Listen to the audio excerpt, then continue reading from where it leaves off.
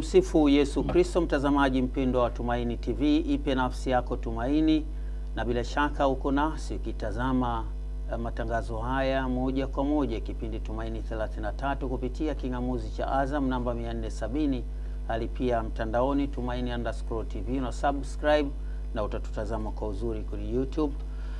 Pamoja nami ni Padre Innocent Nzaro kutoka Jimbo Katoliki la Kigoma. Halikadhalika tuko na dada Areta Leonard Simon kama kawaida studio hizi za Tumaini TV. Mimi ni Gauden Sierra. Kipindi Tumaini 33 kiwa na dhima miaka 33 ya utume wake Bwana wetu Yesu Kristo tangu kuzaliwa kwake hadi alipopaa mbinguni, na mapokeo ya mababa wa kanisa kadiri ambavyo wameyaoanisha na huo utume wake Bwana wetu Yesu Kristo. Sisi ni mahujaji wa matumaini. Na hii ni Tumaini TV. Na hiki kipindi ni Tumaini 33. Huruma ya Mungu. Tunazungumza Divine Mercy, huruma ya Mungu, lakini muktadha wa picha ya huruma ya Mungu. Baba, tuanze kwa sala. Kwa jina la Baba na la Mwana na la Roho Mtakatifu. Amina. Mungu mwema, tunakushukuru kwa kutujalia siku nyingine ya kutafakari upendo wako ambao ndio huruma yenyewe, ambayo inatusaidia sisi wanadamu na zaidi wa Kristo kuona namna nzuri na mpango ulioweka kwa ajili ya wokovu wa roho zetu. Tunakuomba utubariki sisi na watazamaji wetu. Bariki yale tunayojadili mahali hapa yatufai sisi kwa ajili ya wokovu wa roho zetu. Unayeishi na kutawala daima na milele. Amina. Kwa jina la Baba na la Mwana na la Roho Mtakatifu. Amina. Ndio bwana. Ndio. Dodoma, Kigoma tena. Kigoma, Dar es Salaam. TV Tumaini. Alafu yote huruma ya Mungu. Huruma ya Mungu. Oh yeah. Karibu sana. Asante. Bila shaka Areta atatukumbushia kile ambacho tulizungumza katika kipindi kilichopita, na hii leo tuendelee. Naamini katika muktadha wa picha ya huruma ya Mungu mitarafu liturujia. Yes. Yes. Naam. Karibu Father. Asante sana. Yeah. Nimefurahi kufika tena. Si tunafurahi zaidi. Amina. Karibu sana Father. Tunaongelea picha ya huruma ya Mungu. Picha ya huruma ya Mungu. Hii Jumapili ya 4 tunaisemea picha ya huruma ya Mungu, na tuliomba mapadri waje waelezee, kwa sababu hii picha niliturujia sana kabisa. Niliturujia sana, nikasema mimi nitaeleza Mtakatifu Maria Faustina anavyosema. Liturujia mimi kuna wahusika waliturujia, yes, ambao wataielezea, kwa sababu mimi naiona ipo kuanzia Agano la Kale, Agano Jipya, ipo hii picha. Kwa hiyo hii picha kama saini yake ilivyo, Yesu ninakutumainia. Kwa hiyo yule pale ni Yesu, yule ni Bwana. Kwa hiyo wiki iliyopita Padri Johannes Kambadu alielezea kuanzia Agano la Kale, maji, damu, alielezea kuanzia Agano la Kale. Tunakuja kuona katika ukamilisho wa Image of Divine Mercy. Kwa hiyo Father, mimi sitaki kusema sana, upo wewe. Mimi nitakwambia tu tokeo moja tu la Februari 22 mwaka 1931, tokeo la kwanza la Mtakatifu Maria Faustina. Mtakatifu Maria Faustina anasema ilikuwa jioni, amepiga magoti chumbani kwake, anasali, anasema mara mbele yake akamwona Bwana Yesu. Bwana Yesu aliyemuona ni huyu hapa. Anasema alikuwa amevaa kanzu nyeupe, alikuwa amefunga mshipi kiunoni mweupe. Bwana alikuwa na alama za madonda mikononi, miguuni. Bwana Yesu huyu aliyemuona, anasema alikuwa anatoa miali mikali kwenye kifua chake, mahali ambapo moyo wake mtakatifu ulipo. Kwa hiyo Maria Faustina anatuambia Bwana alikuwa kwenye mwendo. Ndio maana picha zote za huruma ya Mungu yuko kwenye mwendo. Na Bwana Yesu akamwambia Mtakatifu Maria Faustina, chola kama unavyoniona, alafu chini utaandika Yesu ninakutumainia. Picha hizo zikae kwanza kanisani kwako, alafu baadaye ulimwenguni kote. Akatoa neema na baraka nyingi kupitia hizo picha za huruma ya Mungu. Kwa hiyo tunavyosoma, tunavyodiscuss, tunaiona liturujia, tunaiona Biblia iko pale. Kwa hiyo Father, mimi leo naishia hapo tu. Naishia hapo tu. Siishie hapo. Ukinihitaji utaniambia Faustina anasemaje. Father, karibu sana. Asante sana. Nashukuru sana kwa nafasi hii na watazamaji wetu pia. Kwa kweli kama ulivyosema, picha ya huruma ya Mungu hatuwezi tukaitenga na liturujia. Tunapozungumzia liturujia tunamaanisha maadhimisho.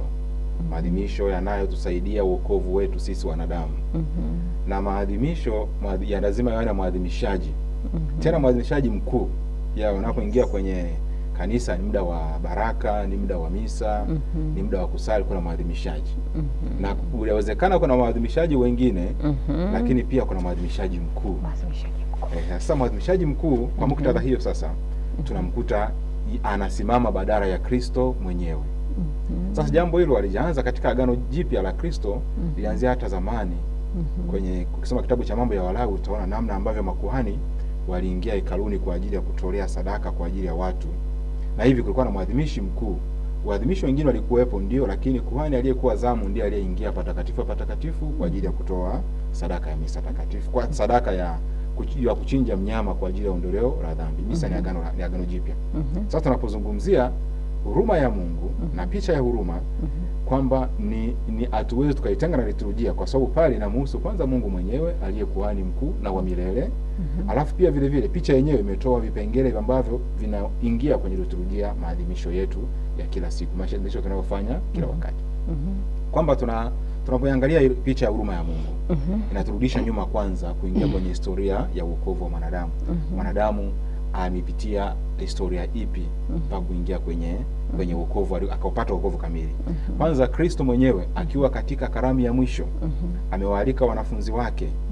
Kabla ya mateso yake alikutana nao kwenye chumba cha juu, ndipo akasema anaenda kula Pasaka pamoja na wanafunzi wake, na ametuambia anatamani, ana shauku kubwa ya kula Pasaka hiyo pamoja na wanafunzi wake kabla ya mateso yake. Kwa hiyo kama alikuwa kwenye uharaka fulani, na natamani ni ile Pasaka, yani tusichelewe popote, yani isitokee jambo likatuchelewesha hapa, kwamba nipo kwenye shauku kubwa ni ile Pasaka hii na wanafunzi wangu kabla ya mateso yangu. Na kweli alifanikiwa.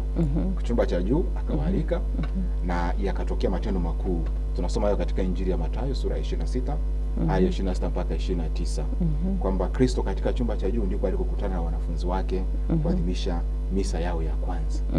Kumbe ile ni misa takatifu ambayo Kristo mwenyewe aliadhimisha kama maadhimishaji mkuu.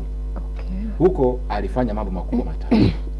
Cha kwanza, aliweka Ekaristi takatifu yenyewe na akamwambia kwa maneno, huu ni mwili wangu, twaeni mle nyote.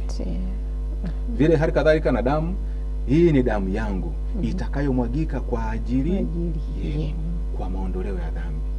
Fanyeni hivi kwa ukumbusho wangu. Kwa mpaka hapo yeye akafanya kwanza, lakini pia akatoa mamlaka ya kuadhimisha vile kwa ajili ya ukumbusho wake, kwa ajili ya wokovu wa roho za watu. Ndio misa ya kwanza kabisa inaadhimishwa kwenye chumba cha juu, ambao walihudhuria mitume wote na Kristo mwenyewe. Kwa hiyo ndio misa ya kwanza. Lakini pia kwa kutoa mamlaka, fanyeni hivi, maana yake sasa kuanzia wakati huo sio Kristo atakayefanya, ila ni mitume amewapatia mamlaka hayo. Jambo la pili ndio hilo, ametoa mamlaka kwa ajili ya kuadhimisha Ekaristi yenyewe, kwamba twaeni mle nyote, huu ni mwili wangu, alafu fanyeni hivi. Hayo ni mamlaka sasa ametoa kwa wale mitume waliokusanyika kwenye adhimisho la misa takatifu. Lakini pia baada ya hapo tunaamini kwamba mambo yalitokea wakati wa adhimisho la misa yenyewe. Ndio maana cha kwanza aliwahubiria maandiko matakatifu, akawafundisha kwa neno, mwisho wa siku akatoa mkate na divai akaadhimisha hiyo misa yenyewe. Kwa hiyo tunapata sehemu zote mbili za misa, neno la Mungu na Ekaristi takatifu katika karamu ya mwisho, chumba cha juu, kama tulivyosoma katika maandiko matakatifu. Kumbe tunayo Ekaristi takatifu Kristo ameiweka, lakini ndani ya Ekaristi takatifu akaiweka mamlaka ya kuadhimisha misa hiyo kwa ajili ya kupata Ekaristi, lakini pia adhimisho la misa takatifu lilifanyika ili Ekaristi yenyewe ipatikane. Na hapo ndipo liturujia yenyewe tunapoipata. Liturujia ni maadhimisho. Kwa hiyo sasa mambo hayo yote matatu yanapatikana kwenye picha ya huruma ya Mungu. Yapo yote katika misa, katika picha ya huruma ya Mungu. Kwa namna gani? Kwenye picha ya huruma tunamuona Kristo amevaa alba. Inaitwa ni alba au kanzu nyeupe. Labda kabla hujaingia kwa huko kwenye hiyo. Ndio baba. Kwenye ile damu ya anapogeuza, Ndiyo. anaposema hii ni damu yangu pale, kuna mahali anasema damu ya agano jipya. Na la milele. Aha. Na maana sawa, gani sawa. pale? Afadhali umeuliza swali zuri sana ambalo tulikuwa tumelikimbiza tumelifunika ni zuri kabisa.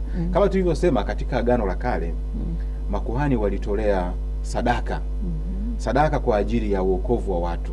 Lakini sadaka ile haikuwa na mamlaka makubwa ya kuondolea dhambi. Kwa sababu Kristo anapobadilisha anasema hii ni damu yangu ya agano jipya na la milele. Maana yake sasa tumetoka kwenye kuchinja wanyama kwa ajili ya ondoleo la dhambi, sasa ni agano jipya. Na ile agano sasa halitakuwa kati ya mnyama na mnyama, ila ni kati yangu mimi na ninyi. Na wala haitakuwa kati ya mnyama na binadamu. Mnyama na binadamu. Itakuwa kati ya damu ya Kristo na mwanadamu. Ndio maana nasema hii ni damu yangu itakayomwagika kwa ajili yenu kwa maondoleo ya dhambi. Kwa hiyo sasa tumetoka kwenye wanyama, ni agano jipya sasa. Sio tena, na kwa sababu agano la kale baada ya kuchinja mnyama kuhani alinyunyizia ile damu kwa watu waliokusanyika katika hekalu la kuabudia. Kwa hiyo kunyunyizia damu maana yake sasa wanawaosha, na ilikuwa ni ishara ya kuwaosha na kuwatakasa wale watu waliokusanyika katika adhimisho. Sasa Kristo anaenda mbali zaidi. Sio tena tunyunyiziane, anasema kunyweni, twaeni, mnywe nyote. Sasa agano la kale hawakuwa wanakunywa. Walikuwa wanapaka. Wananyunyizia. Ndio. Sasa agano jipya sasa kunyweni. Kwa hiyo tunaingia kwenye kitu cha heshima kikubwa sana, sio tena mambo ya kunyunyizia tu damu. Ni sasa tunaingia kwenye kunywa. Na ili agano ni damu ya Kristo na mwanadamu wenyewe. Ndio maana anasema ni agano jipya.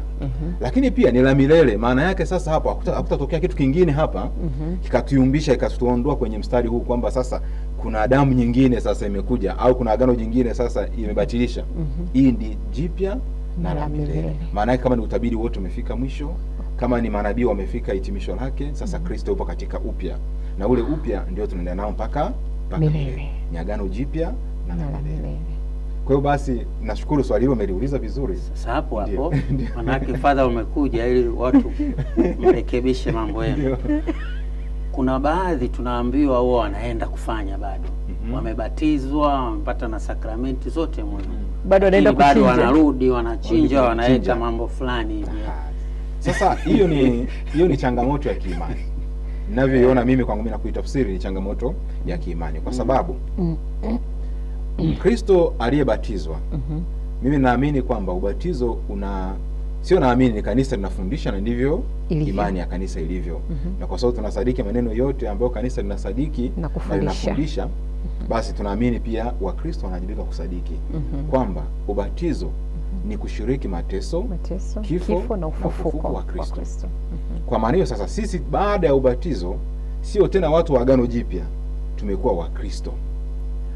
Wa Kikristo. Tena sio Wakristo wa kawaida tu, Wakristo wenye utukufu wa Kristo baada ya ufufuko wake. Sio tena tu Wakristo kwamba imetosha tu.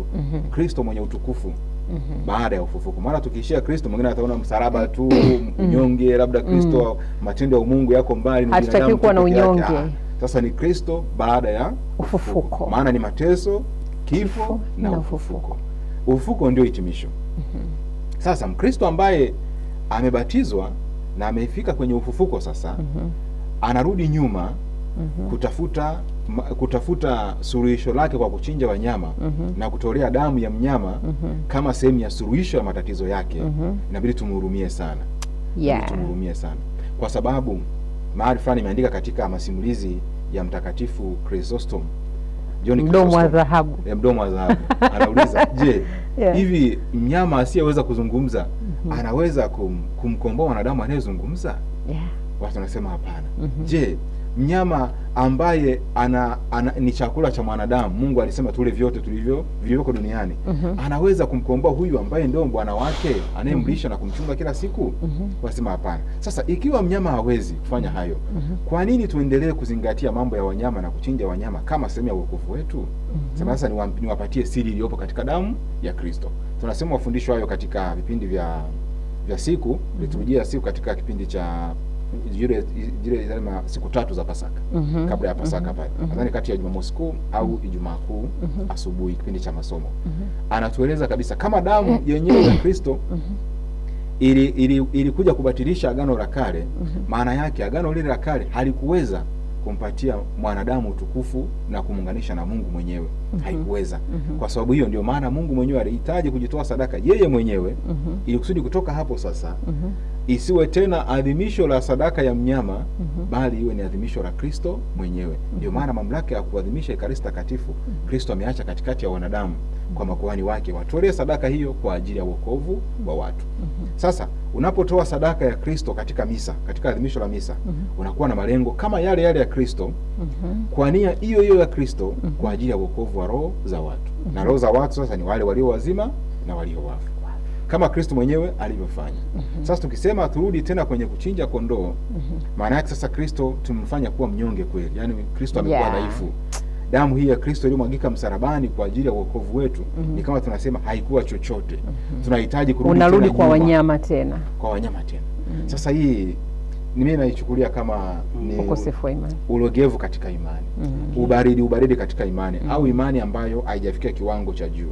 Maana yake mtu pengine tunaamini vitu vinavyovutika kwenye macho, kwenye akili zetu na uelewa wetu wa binadamu isikike zaidi. Lakini inapozungumzia habari za Kristo ni kitu kikubwa sana. Sasa labda mwingine wangetaka muone Kristo msalabani kabisa, yeye anakufa kwa ajili yetu. Pengine ndio wangeamini labda. Lakini ukichinja mnyama pale, ukasema damu yake hii ni wokovu wetu, kwa mamlaka ya nani?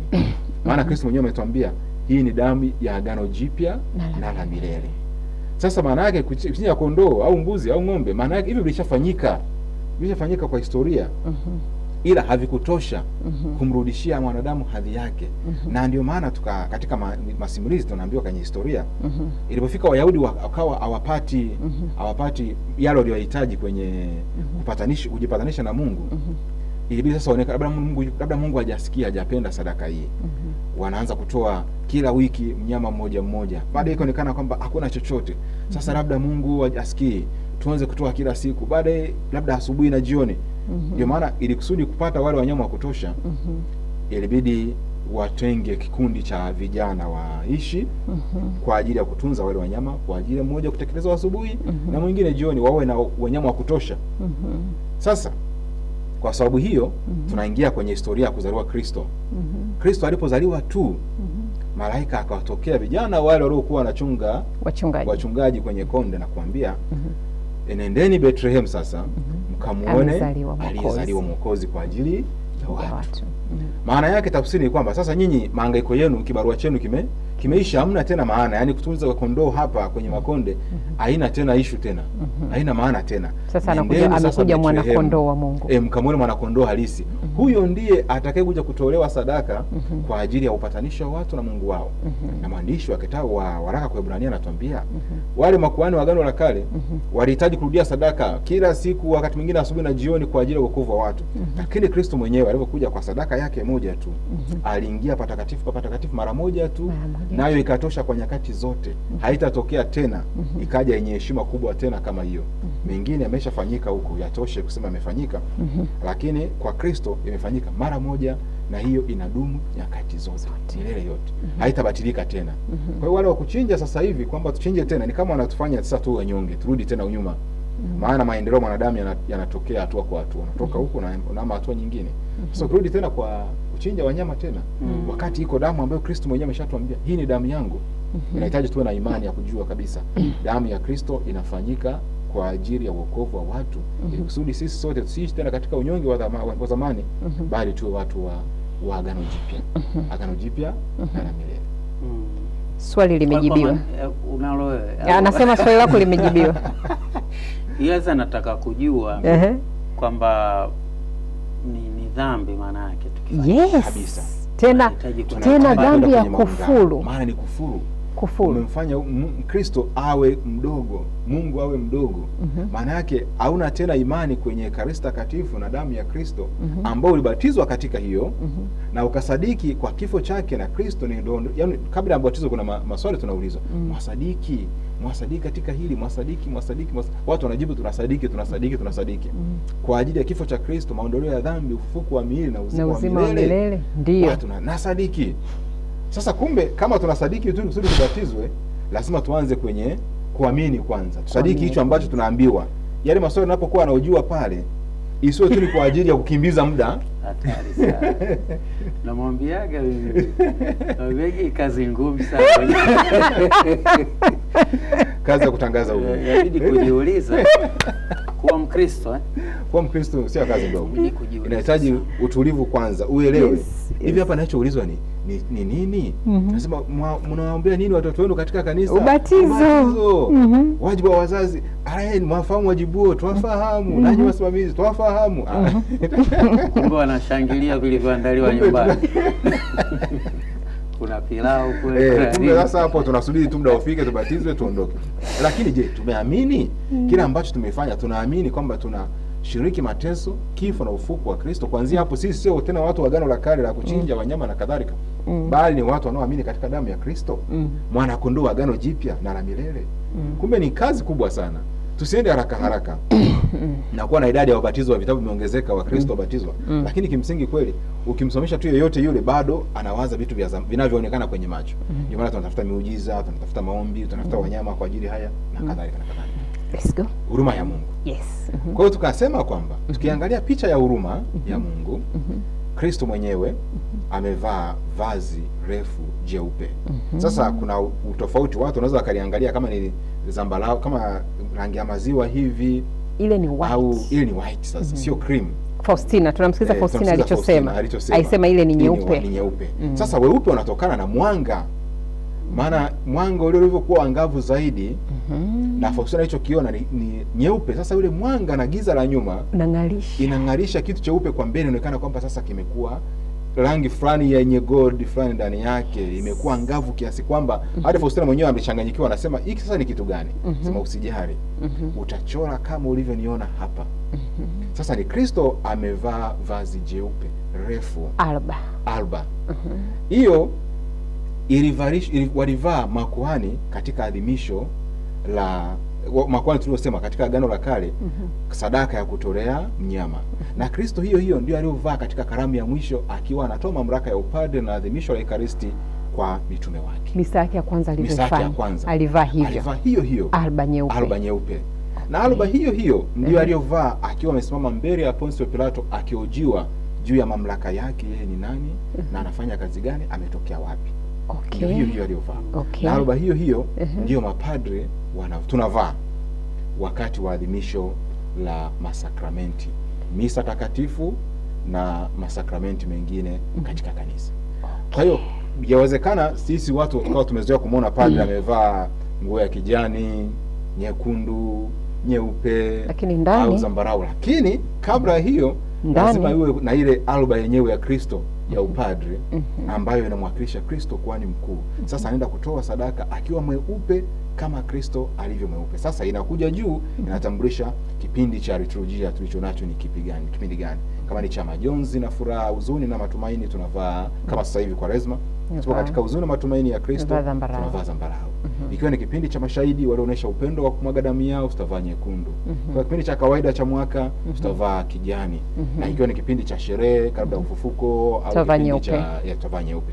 Kwa hiyo inayotangulia ya kwanza ni alba ya upadre, ile ambayo Kristo kuhani mkuu alivaa wakati wa maadhimisho ya Ekaristi Takatifu katika Alhamisi Kuu, chumba cha gorofani, akiwa na mitume wake.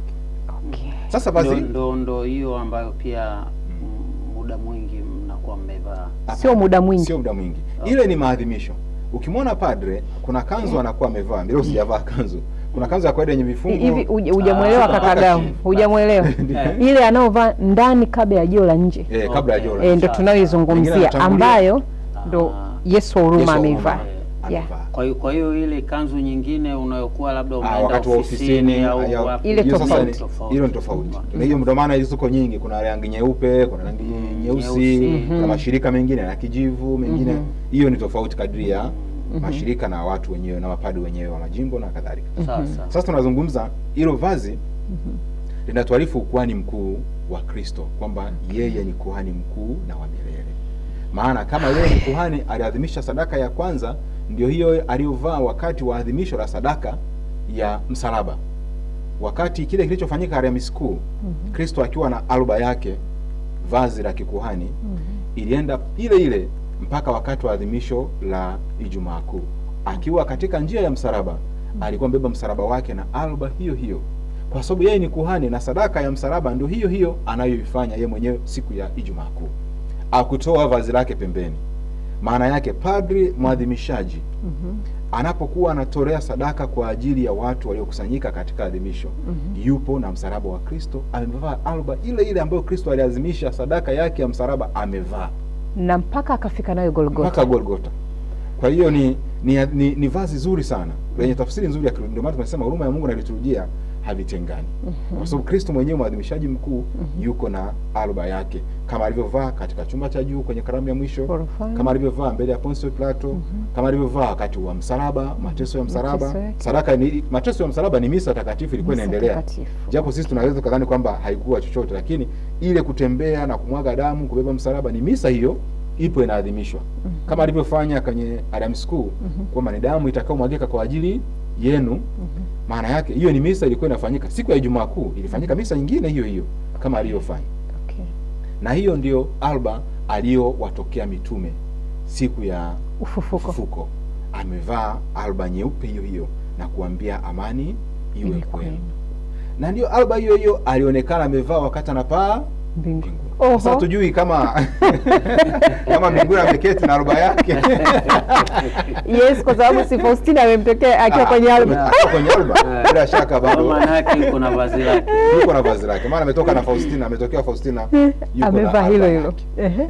Alba yenyewe tumeshasema kwamba inamtambulisha Kristo kuwa kuhani mkuu na wa milele. Matukio yote ya ukuhani wake ametoka katika alba nyeupe, kanzu nyeupe.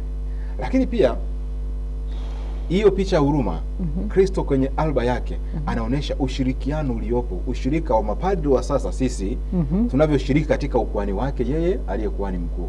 Kwa hiyo tunapofanya chochote kile sisi mapadri lazima tuamini kwamba tunakishiriki katika ukuhani wa Kristo. Kwa hiyo hakuna padri labda anaweza katokea tujui atakayefanya mambo yake yeye mwenyewe wakati wa maadhimisho yatakayompinga Kristo kuhani mkuu.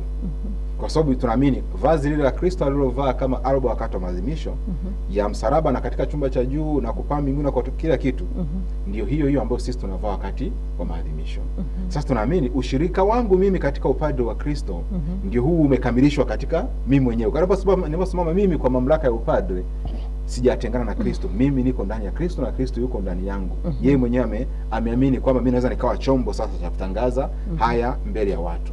Ndio amenishirikisha upadre wake, ukuhani wake. Kuanzia wakati huo na mimi nakuwa kuhani milele kama yeye mwenyewe ambaye alivyo kuhani milele. Asiye na mwanzo wala mwisho. Ndio vazi la ndio maajabu ya alba ambayo tunavaa wakati wa maadhimisho. Na ambayo alimtokea Mtakatifu Maria Faustina siku ya kwanza. Tumesoma vizuri hapo diary namba 47. Imetueleza. Baada ya hapo huruma ya Mungu haipingana matendo makuu ya Kristo na padri mwenyewe. Kama nilivyosema kila kitu ambacho mimi padri ninafanya hakipingana matendo ya Kristo mwenyewe. Father, hapo tumwangalie yule picha ya huruma ya Mungu na liturujia. Hapo umeelezea alba aliyovaa, kanzu nyeupe ambayo ametoka nayo mpaka sasa hivi mnavaa nyinyi. Mpaka tumemuona Yesu wa huruma. Pale tunamtazama tena mikono yake. Mmoja wa kushoto ameweka kwenye moyo wake, kifuani kwenye moyo wake, miale inapotoka. Alafu mmoja anabariki. Liturujia inasemaje kuhusu mtazamo wa ile mikono yake? Sasa hiyo nashukuru sana umeuliza mapema. Moja ya vitu ambavyo vipo kwenye mfano. Unajua picha ina vipengele. Maelezo yatakuwa marefu. Na yananoga. Naomba mtazamaji mpendwa wa kipindi Tumaini 33 na tunaendelea kuzungumza kuhusiana na muktadha wa huruma ya Mungu katika picha ya huruma ya Mungu. Hawana shaka uko nasi na tunaamini utaendelea kuwa nasi hadi tamati ya kipindi hiki. Wakati huu tupate mapumziko mafupi na baada ya hapo tukirejea baba ataelezea kile ambacho Areta ameuliza.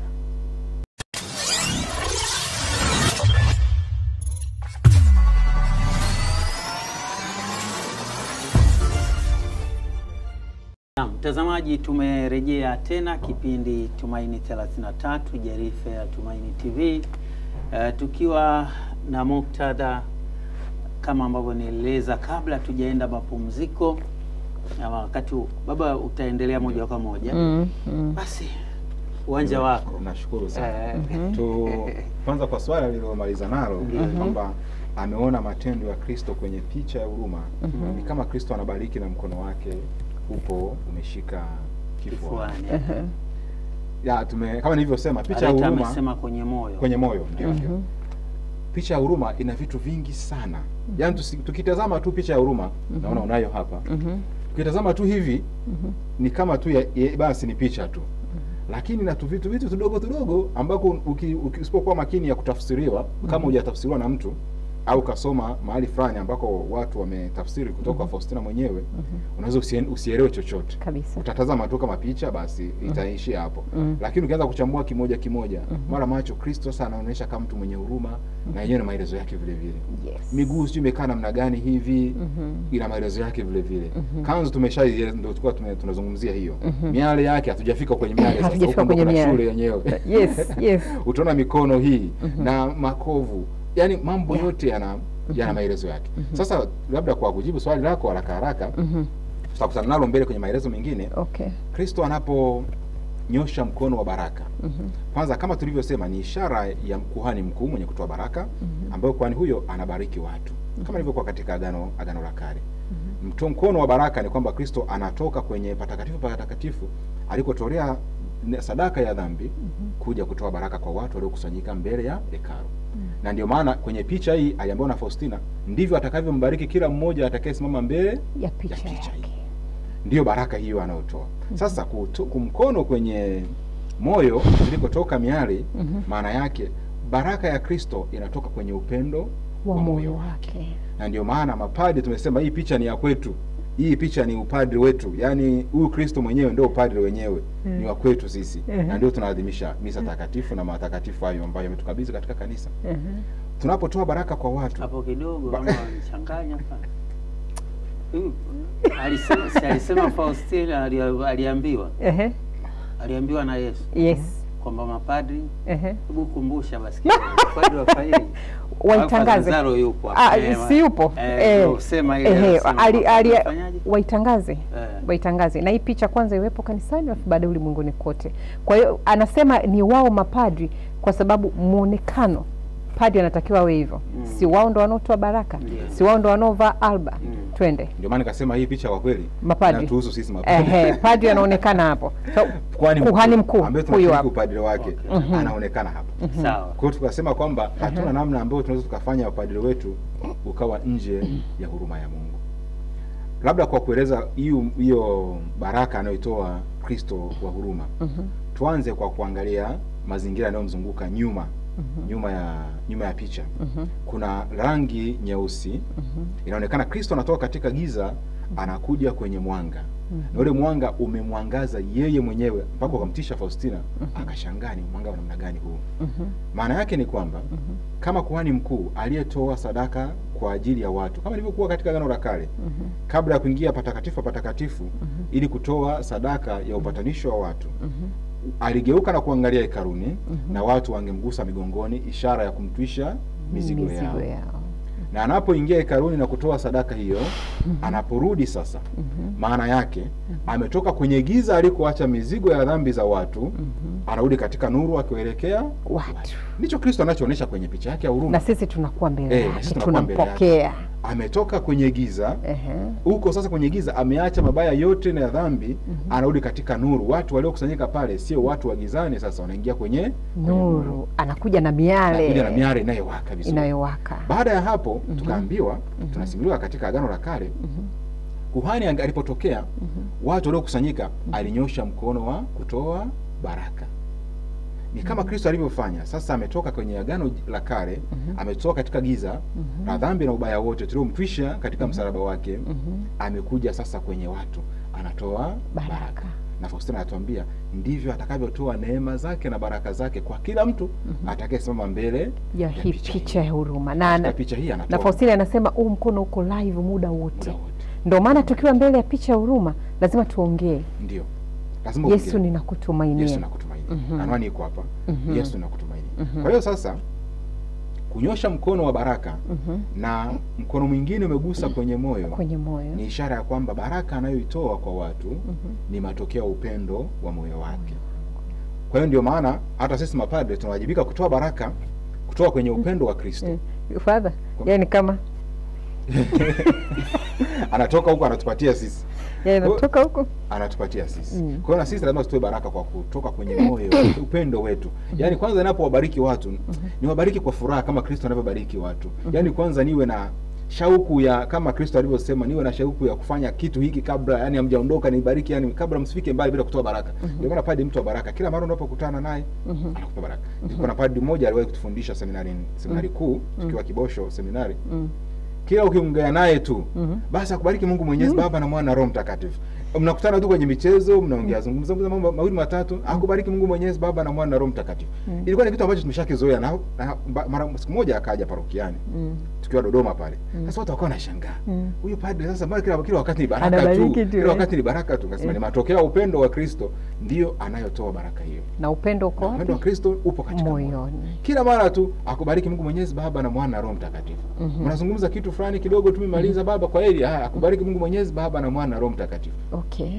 Nadhani hiyo anatufundisha kitu kikubwa sana. Upendo wa padre ni katika baraka.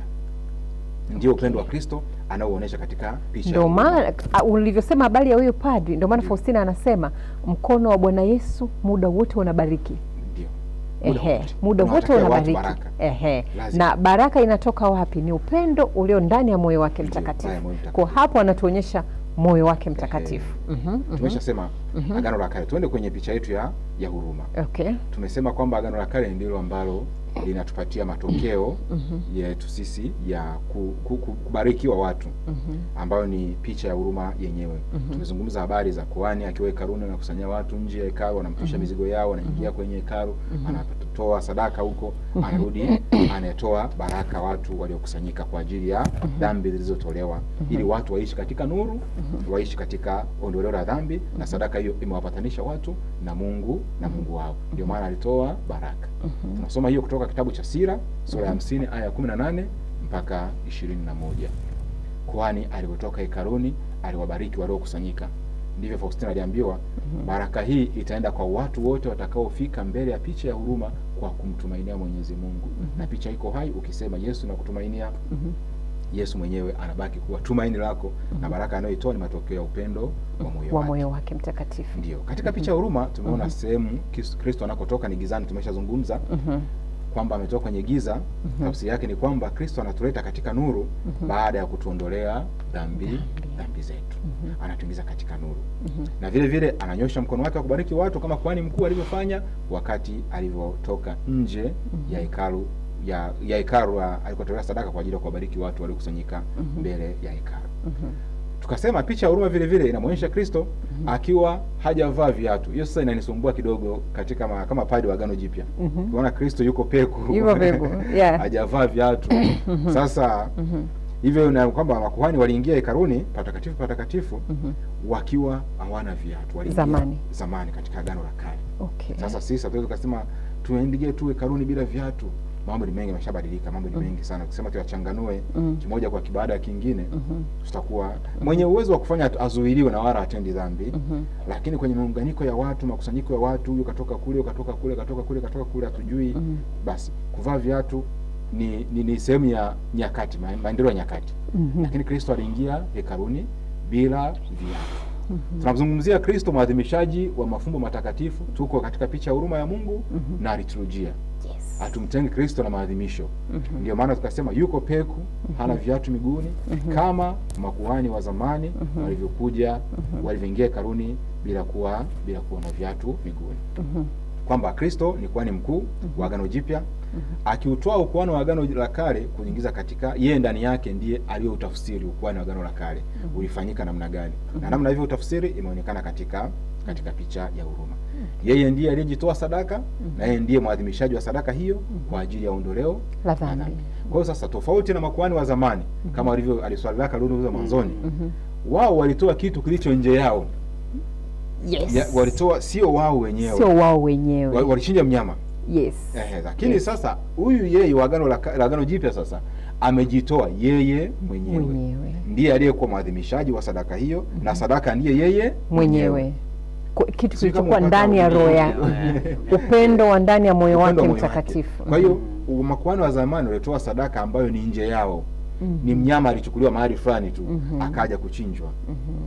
Lakini Kristo mwenyewe yeye ndiye mwadhimishaji wa sadaka na yeye mwenyewe ndiye sadaka yenyewe. Kwa hiyo ametoa kitu ambacho ni yeye mwenyewe amejitoa yeye mwenyewe mpaka tone la mwisho kwa ajili ya wokovu wa wanadamu. Kwa hiyo wanaorudi kwenye wanyama bado wanatoa kitu ambacho kiko nje yao. Twende kwa Kristo mwenyewe ambaye amejitoa yeye mwenyewe, ambaye amekuwa sababu ya upatanisho wa watu na Mungu wao. Amekuwa mbadala wa mwanakondoo wa Agano la Kale. Yeye mwenyewe ndiye aliyekuwa mwanakondoo wa Agano Jipya na yeye mwenyewe ndiye aliyekuwa mwadhimishaji. Kwa hiyo ametubadilisha mtazamo kutoka kwenye Agano la Kale kuja kwenye Agano Jipya. Yeye amekuwa mbadala wa Agano la Kale. Kwani mkuu yeye ndiye mwenyewe alijitoa sadaka kwa mwana kondoo asiye na doa kwa ajili ya wokovu wa watu. Kama yeye mwenyewe anavyoonekana kwenye picha ukuhani wake, ametuondoa katika giza huku nyuma, anaturudisha katika nuru. Maana anataka kutuambia sasa giza limebaki nyuma.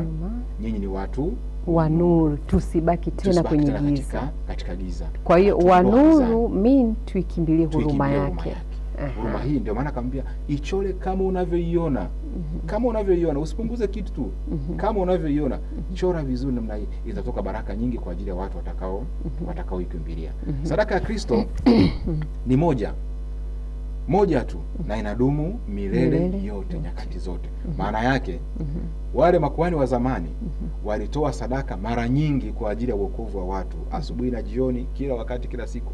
Lakini yeye mwenyewe aliingia patakatifu katika msalaba wake na akatoa sadaka hiyo moja, na hiyo ndio ikawa sababu ya wokovu wa watu, na hiyo ndio inayodumu nyakati zote. Kwa hiyo amekuwa mbadala wa sadaka ya zamani na amebadilisha sasa mtazamo, sio tena kila siku. Yeye kwa sababu ni kuhani mkuu, hana sababu ya kujitoa sadaka mara nyingi. Alifanya hivyo mara moja na ikadumu kwa nyakati zote. Kumbe tuwasaidie Kristo wetu wawe na imani kwamba sadaka ya Kristo hiyo inadumu nyakati zote, inapita nyakati zote. Tuko katika huruma ya Mungu na liturujia. Tunaitafsiri picha ya huruma na inavyotafsiri katika liturujia ya sasa.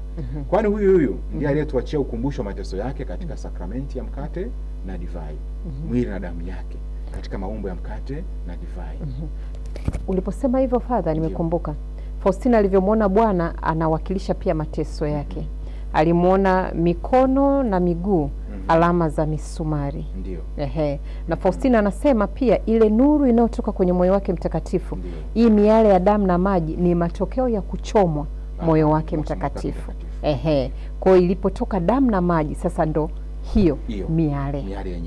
Kwa hiyo Bwana anabeba yote. Mateso yake yanaonekana na utukufu wake unaonekana kupitia alba yenyewe. Mwadhimishaji mkuu. Misa takatifu, adhimisho lenyewe, tunarudia mateso ya Kristo, kifo na ufufuko wake, kama alivyofanya yeye mwenyewe kwa nia hiyo. Ndiyo aliyovaa kuhani wakati alivyomtokea Mtakatifu Maria Faustina, kuhani mkuu. Upendo wa moyo wake ulikotoka damu na maji kwa ajili ya kutakasa kanisa. Ndio tunachokifanya kila tunapoadhimisha misa takatifu. Labda tueleze kitu kingine katika picha ya huruma ambacho kinaonekana haraka ni miali hii miwili. Mwekundu na mweupe. Sasa hapo ni shule nyingine, ni ukurasa mwingine mkubwa sana ambao tunahitaji kuelezea vizuri sana. Kwamba miali miwili imetoka katika moyo wa Kristo kama alivyotobolewa msalabani. Lakini tunayemwona kwenye picha ya huruma sio Kristo wa msalaba. Ni Kristo mwenye utukufu. Lakini bado miali miwili inatoka.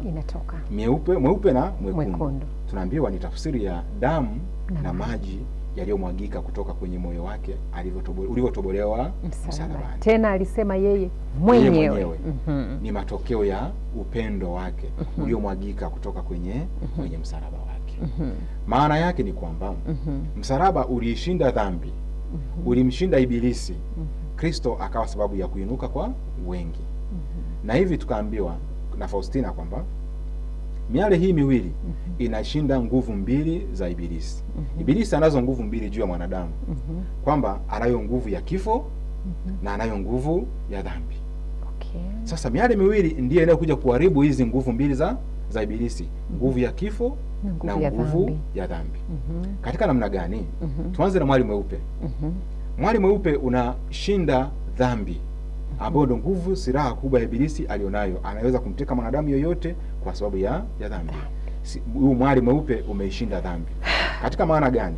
Mwali mweupe unawakilisha maji ya ubatizo, ambayo maji hayo ya ubatizo yanatuondolea dhambi ya asili na dhambi nyingine ikiwa zilikuwepo kabla ya ubatizo. Ndio ishara ya mwali mweupe. Kristo analitakasa kanisa lake na madoa yote ya dhambi kwa mwali mweupe, ambayo silaha ya kwanza ya shetani, ambayo ndio Mungu Roho Mtakatifu. Mtakatifuzaji kwa Mungu Roho Mtakatifu, huyo ni sehemu ya pili. Mwali mweupe ni kwamba Kristo anaitakasa kanisa kwa nguvu ya Roho Mtakatifu katika maneno ya ondoleo la dhambi yatakayofanyika kwenye sanduku la maungamo. Ndio maana tunawahimiza Wakristo kufanya maungamo sana, kwa sababu ili kuzishiriki hizi neema zinazopatikana kwenye picha ya huruma, tunahitaji kufanya maungamo mara nyingi ili kusudi kushinda dhambi iliyo silaha ya kwanza ya shetani. Mwali wa pili mwekundu, damu ya Kristo iliyomwagika msalabani. Mwali mweupe imeisha. Najisikia raha kwenye mwali mweupe. Nataka tuendelee kwenye mwali mweupe. Wewe si inakamilishwa kwa sakramenti ya kipaimara. Kule kwenye kubatizwa, kuondoa dhambi asili, mwali mweupe ambao ni maji, tunampokea Mungu Roho Mtakatifu. Ukamilisho unakuja kwenye sakramenti ya kipaimara. Na ayo maji, hiyo nguvu inatoka kwenye moyo mtakatifu wa Yesu, ambao ndio Roho Mtakatifu anatoka hapo. Ndio anakuja kwetu kabisa. Kwa hiyo sasa mwali mweupe huu unashinda nguvu ya kwanza ya silaha ya kwanza ya dhambi, ambayo ni silaha ya dhambi. Lakini mwali mwekundu unakuja kushinda nguvu ya pili, ambayo ni kifo. Maana yake tunaamini Kristo alipokufa msalabani alishinda dhambi na mauti. Alishinda dhambi na mauti. Alipofufuka kutoka wafu kama anavyoonekana kwenye utukufu wake, alikuwa mzima, kuonesha kwamba ameshatuonesha ishara, amekuwa kielelezo kizuri cha kuwa mshindi juu ya dhambi na mauti. Damu kwa Agano la Kale ilitafsirika kwamba ni uhai wa mnyama. Mpaka sasa hivi nadhani mnyama yeyote aliyeko hai, hata mwanadamu, itaonekana kwa sababu ana damu ndani yake. Kwa damu ni ishara ya uhai kwa mwanadamu na kwa wanyama. Ni ishara ya uhai ndani ya mwanadamu na mnyama. Sasa Kristo anavyotokea akiwa ameonesha mwali mwekundu, maana yake sisi ni watu ambao tuko hai. Silaha ya pili ya mwanadamu ya Ibilisi imeshindwa kwa sababu ya damu ya Kristo mwenyewe. Kuanzia sasa tumeoshwa kwa damu hii, damu takatifu ya Yesu mwenyewe. Ndio maana tunasema Kristo ameshinda kwa kifo na mateso, kifo na ufufuko wake. Ametupatia nguvu ya ushindi juu ya dhambi na juu ya mauti na juu ya kifo. Kifo kimeshindwa kwa sababu damu ya Kristo ilituletea uhai ndani yetu. Na pia tumeshinda dhambi kwa sababu Kristo ametupatia kwanza ubatizo, alafu maungamo na Roho Mtakatifu anayetakatifuza. Ndio tafsiri ya miali mikubwa miwili. Ni tafsiri yake ni kubwa sana. Tukienda kwenye kuchambua ndani, tuendelee kidogo. Tendo jingine nalo linaonekana kwenye hapo Father, hapo umetuambia hizi hila za shetani mbili, silaha zake, ambapo tunashinda kwa damu na maji ya Bwana wetu Yesu Kristo. Sasa sikiliza ili tokeo linahusu. Mtakatifu Maria Faustina anasema hivi: wakati picha hiyo ya huruma ya Mungu inaonyeshwa, ghafla niliuona mkono wa Bwana Yesu ukifanya ishara kubwa ya msalaba. Hiyo picha iko live. Anasema, na jioni ya siku hiyo hiyo nilipokwenda kitandani kwangu kulala, nikaiona picha ya huruma ya Mungu inapita mjini, na mji ulikuwa umefunikwa na kile kilichoonekana kama nyavu nyeusi. Bwana Yesu alipopita alikata nyavu zote, na mwisho akafanya ishara kubwa ya msalaba na kutoweka. Mtakatifu Maria Faustina anasema, nilijiona nikiwa nimezungukwa na kundi kubwa la watu wabaya wakiwa na chuki juu yangu. Walitoa vitisho kamili, vilitoka midomoni mwao, lakini hakuna hata mmoja kati yao aliyeweza kunigusa. Unaona, hii Bwana anamuona anapita kwenye mji. Yaani Kakagao, unaona hivi usiku unaiona image of divine mercy inatembea kwenye mji. Alafu hapa katikati kuna nyavu zimefunika sehemu kubwa sana ya anga. Kwa Bwana anavyopita, anavyotoa baraka, ishara ya msalaba, zile nyavu zote zinakatika, zinavunjika. Alafu zikikatika, zikivunjika, Maria Faustina anasema mara anaona watu waliojaa chuki wanatoa maneno makali dhidi yake, lakini hakuna hata mmoja aliyemthubutu kumsogelea. Unaona hapo kulikuwa na mambo ya kishirikina, ya kishetani ambayo yamefunga anga.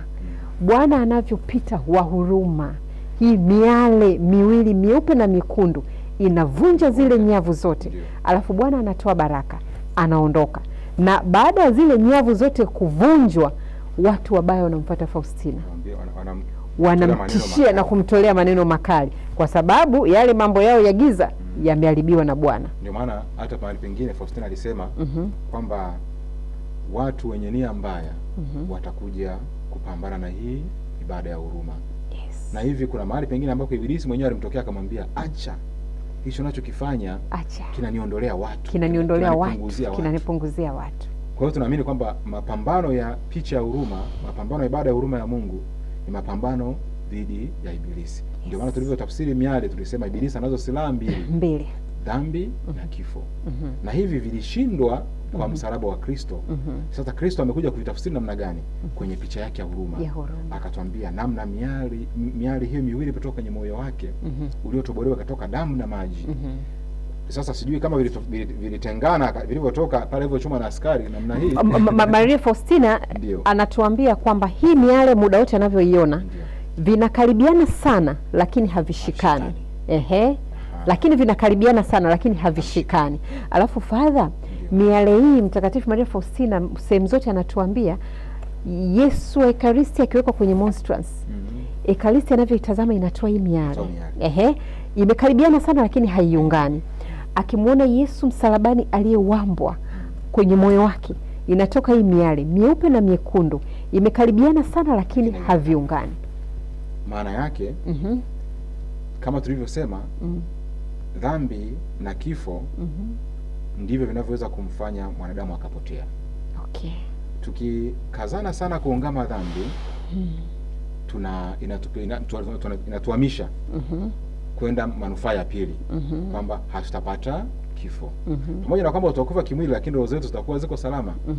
Na kwa maana hiyo sasa Kristo anasema ikitokea mtu hata tumainia chochote katika picha hii kinachoonekana, hajatumainia wokovu wa ondoleo la dhambi, hajatumainia msamaha wa dhambi, hajatumainia chochote, maana yake huyo mtu amekuwa baridi. Mungu ameshatangaza adhabu juu ya mtu wa namna hiyo.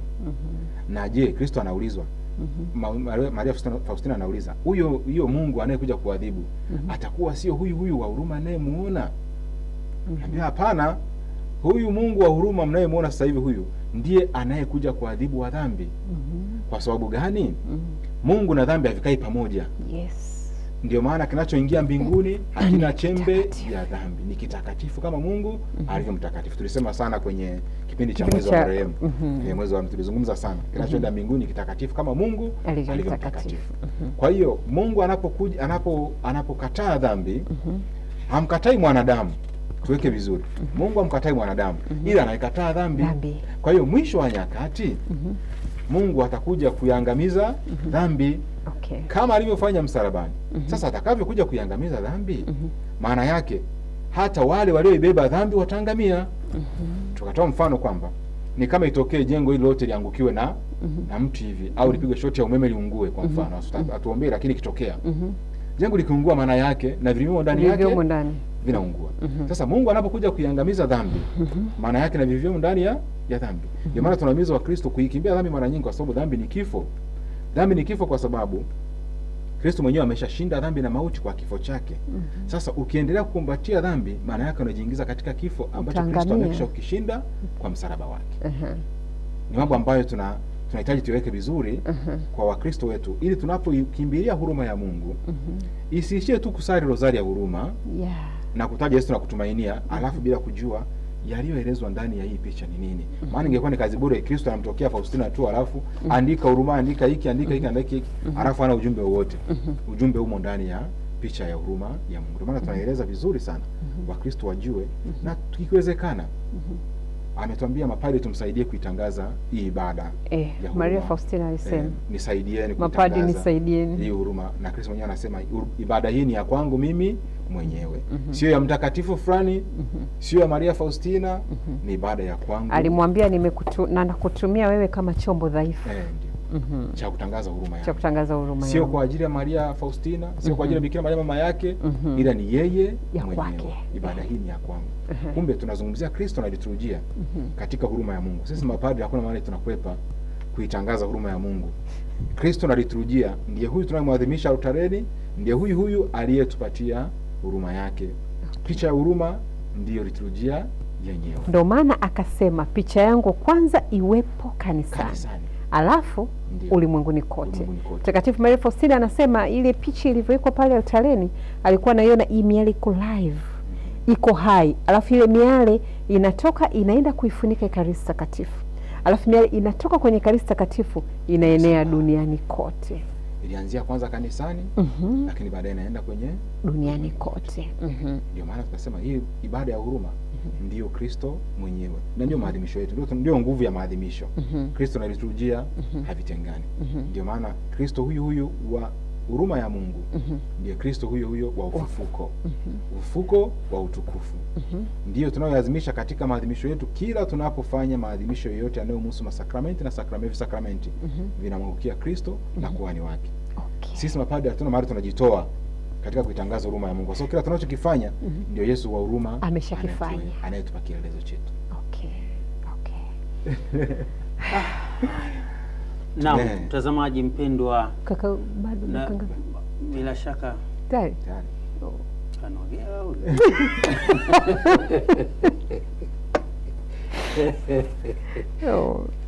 tufanye awamu nyingine kipindi kinachofuata. Tunaendelea Jumapili ijayo. Mtazamaji mpendwa, basi ndivyo ambavyo unapata mafundisho mazuri ya ibada ya huruma ya Mungu kutoka hapa Tumaini TV. Ipe nafsi yako tumaini, kipindi Tumaini 33. Na katika kipindi hiki baba ametufafanulia kiliturujia juu ya picha ya huruma ya Mungu. Pana shaka wewe mtazamaji mpendwa ulifuatilia tangu mwanzo umeweza kuelewa, na kama hujaelewa endelea kufuatilia kipindi hiki mtandaoni. Kipo unakipata moja kwa moja mtandaoni ukiwa na simu ya mkononi au kiganjani, lakini pia kompyuta mpakato.